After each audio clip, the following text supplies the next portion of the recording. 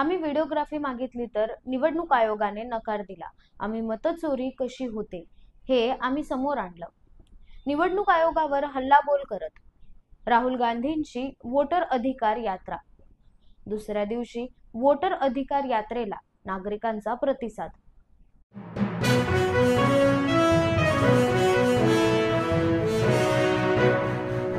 राज्यात पावसाचा हाहाकार। 18 ऑगस्ट 2025 रोजी अतिमुसळधार पावसाचा इशारा देण्यात आला आहे। या पार्श्वभूमीवर बृहन्मुंबई महानगरपालिका आयुक्त तथा प्रशासक भूषण गगराणी यांनी दुपारी भरवणाऱ्या शाळा महाविद्यालयांना सुट्ट्या जाहीर केल्या आहेत। तसेच नागरिकांनी आवश्यकता असेल तरच घराबाहेर पडावे असे आवाहन देखील बृहन्मुंबई महानगरपालिका प्रशासनाकडून देण्यात आले आहे।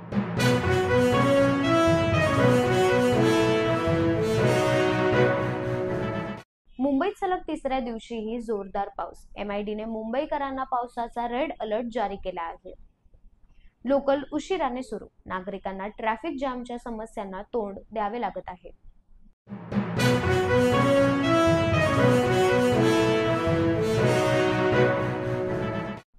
भारताच्या उपराष्ट्रपती पदाच्या निवडणुकासाठी NDAचे उमेदवार म्हणून महाराष्ट्र राज्यपाल CP राधाकृष्णन यांची निवड।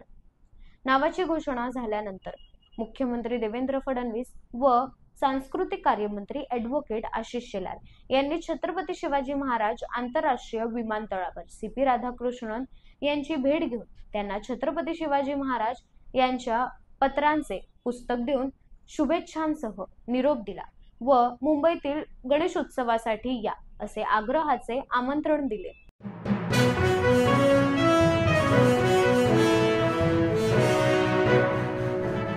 मुंबई उपनगरचे पालकमंत्री ॲडव्होकेट आशिष शेलार आता मुंबई महापालिका मुख्यालयातील आपत्कालीन कक्षात जाऊन मुंबईतील पावसाच्या सद्यस्थितीचा आढावा घेणार आहेत।